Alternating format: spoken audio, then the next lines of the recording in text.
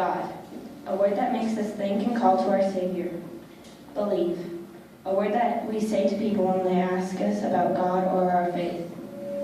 Each word has a different meaning to each person. To me, I can't think of one word without thinking of the others. Faith. Immediately, Jesus reached out his hand and caught him. "You have little faith," he said. "Why do you doubt?" Matthew 14:13. When I was young, faith was a word that was thrown into my vocabulary. Church was a place I went every Sunday. I would sit and listen to a guy go on and on about a person named Jesus and a man in the clouds called God. I didn't believe in anything I was told. I went to 2 churches, was told about 2 different gods, who both sounded the same. I had to be faithful in God. At the age of 2, my great-grandmother died. I didn't understand how this God person could do this to me and not help me through it. I was mad, I guess you could say. What little faith I did have was gone. This God guy they were telling me about took someone I loved and just left me there to cry. I felt as if I was all alone against the world. It wasn't until I was older that the word faith found meaning. At the age of 10, I had faith in my friends. They would be there for me. I would be there for them. Faith was a word that meant I believed that person would help me be there for me.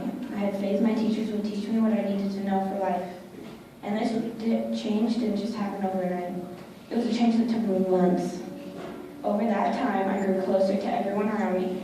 I grew closer to God. I had faith. God, have I not commanded thee? Be strong and of good. Could not be afraid. Neither be thou dismayed, for Lord thy God is with thee wherever thou goest. Joshua 1:9. When I was young, people told me that God would be there for me no matter what. I didn't believe them. Where was this God guy when I was crying? Why didn't he protect me from the words that hurt me, from the people who tried to hurt me? When I was young, I began to learn. I began to listen to people talk about God. I began to understand. I heard about God healing people through Jesus. I wanted to hear more, learn more, and see more of God. I prayed about God and to God. The Word became beautiful and full of God. The world became beautiful and full of God and Jesus. I believed in God. I realized that I was becoming a happier person by believing and having faith in God. At the age of 12, I came to believe that God was real. I looked around and I thought, God is here. Look at the many ways he has blessed me. I have family, a house, and an education. God is truly present in my life. I saw that God really had blessed me with the things I had, and all this time, he was there. God was now a part of my life. Believe.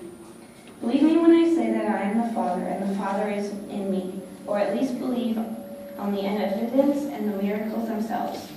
John 14:11. Believing in God was always the hardest thing for me. To believe in something I can't see or feel, someone that people argue about all the time. How could someone who is supposed to support and create peace let people argue? Believing in God and Jesus when there was no evidence to support their existence was hard for me.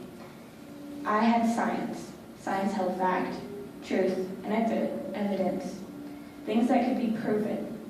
There was no fact in any part of Jesus or God. I couldn't think of God being true when there's no evidence to show he was real. After years of thinking like that, I realized that even though there was no fact to back up the existence of God or Jesus, there was belief. I couldn't see or feel my brain, but I knew it was there. I felt it in a strange way, and after a while, I felt God. I believed God was there to help me no matter what. I believed that God had always been there. It may have been a long roller coaster ride, but I have gotten to this point, and I have no doubt that this is the best thing for me. I am ready for the next step in my relationship with God and with Jesus.